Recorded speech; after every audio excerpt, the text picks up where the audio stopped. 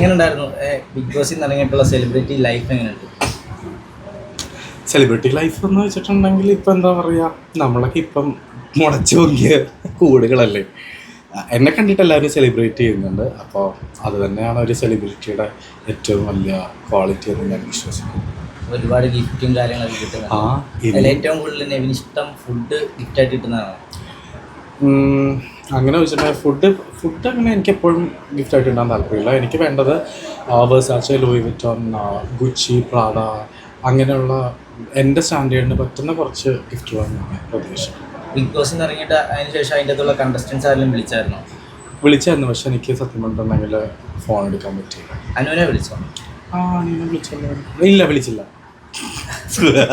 അല്ല, അനുമോൾക്ക് ഇന്നലെ ഒരു തിരുവനന്തപുരത്ത് ഒരു ഭയങ്കര സ്വീകരണമൊക്കെ ഉണ്ടായിരുന്നു. നെവിന് അതുപോലെ ഇവിടെ ഒരു സ്വീകരണം എല്ലാം പഠനമുണ്ടോ? എനിക്കോ? എന്തിന്?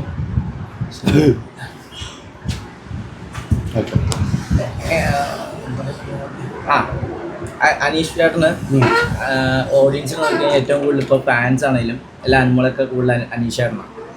അപ്പം അനുമോൾ കഴിഞ്ഞ ദിവസം പോലും തൃശ്ശൂർ നടത്തിയൊരു പ്രോഗ്രാമിന് അനീഷ് ചേട്ടന് കിട്ടിയ എത്ര സപ്പോർട്ട് അനുമോൾക്ക് കിട്ടേണ്ടത്, അതുപോലെ തന്നെ അനുമോൾക്കല്ലായിരുന്നു കപ്പ് കിട്ടേണ്ടത്, അനീഷ് ചേട്ടനാണ് കപ്പ് കിട്ടേണ്ടതെന്ന് പലരും പറയുന്നുണ്ട്. നെവിൻ എന്താണ് അതിനെക്കുറിച്ചുള്ള അഭിപ്രായം? ഇപ്പം വേറൊരു വശത്ത് നോക്കുമ്പം എനിക്കാണ് കപ്പ് കിട്ടേണ്ടതെന്ന് പറയുന്നുണ്ട്. അതിനെ പറ്റിയിട്ട് നിങ്ങൾക്ക് എന്താണ് അഭിപ്രായം? ഏറ്റവും കൂടുതൽ സപ്പോർട്ട് ചെയ്യുന്നു ഓൺലൈൻ മീഡിയയിൽ. ഞാനിവിടെ വന്നിട്ടാണ് അറിയുന്നത്. അത്രയും സപ്പോർട്ട് ഉണ്ട്. ഞാൻ ഒരുപാട് റെസ്പെക്ട് ചെയ്യുന്ന ഒരു വ്യക്തിയാണ് രജിത് സാർ. അപ്പം എനിക്ക് ഡയറക്റ്റ് എനിക്ക് താങ്ക്സ് പറയാനായിട്ട് പറ്റിയിട്ടില്ല. അപ്പം നിങ്ങളിപ്പോൾ എന്തായാലും ഇവിടെ വന്നതുകൊണ്ട് രജിത് സാറിന് ഒരുപാട് താങ്ക് യു. ഞാൻ ബൈറ്റ്സൊക്കെ ഉണ്ടായിരുന്നു. Really thanks to Rajith sir. അത് രജിത് സാറിന് മാത്രമല്ല, സുധീരേട്ടൻ, രജിത് സാർ, പിന്നെ ആസിഫ് അലിയൊക്കെ ഇത് കാണുമ്പോഴത്തേക്കെങ്കിലും എന്നെ വിളിക്കണേ പ്ലീസ്.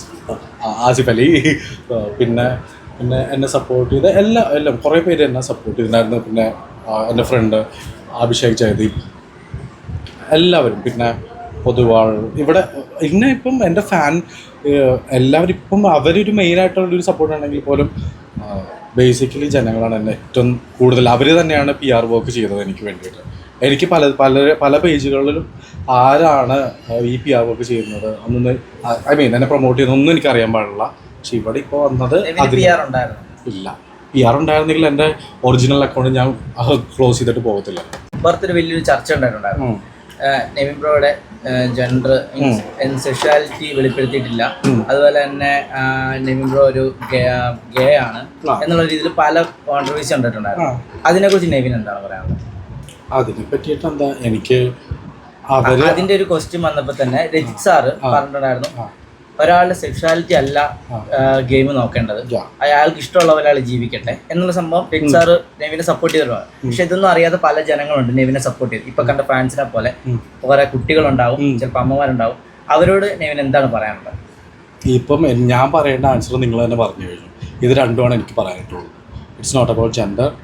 പിന്നെ എൻ്റെ ജെൻഡർ അറിയാതെ സപ്പോർട്ട് ചെയ്ത ഇവർ ഈ ഇപ്പം കുട്ടികൾ, അത് തന്നെയാണ് എൻ്റെ ഏറ്റവും വലിയ ആൻസർ. ഇതിന് മെയിനായിട്ട് ഇതിനെ കണക്ട് ചെയ്തരാം. ഇതിന് മെയിനായിട്ട് ഇങ്ങനെ സംസാരം ഉണ്ടാകാനായിട്ട് ഒറ്റ കാരണം നെവിനും അഭിഷേകും തമ്മിലുള്ള ഒരു വീഡിയോ ക്ലിപ്പ് ഭയങ്കര വൈറലായിട്ടുണ്ട്, റിസോർട്ടിൽ ഡാൻസ്. അതുകൊണ്ടാണ് ഈ സംസാരം ഉണ്ടായത്. അപ്പം അത് ഇനി അങ്ങനെ ചെയ്തു കഴിഞ്ഞാൽ നെവിന് ഒരു നാണക്കേട് ഉണ്ടാവും, സെലിബ്രേറ്റ് ആയെന്ന് ഓർത്തിട്ട് ഇനി അങ്ങനെ ചെയ്യാതിരിക്കും.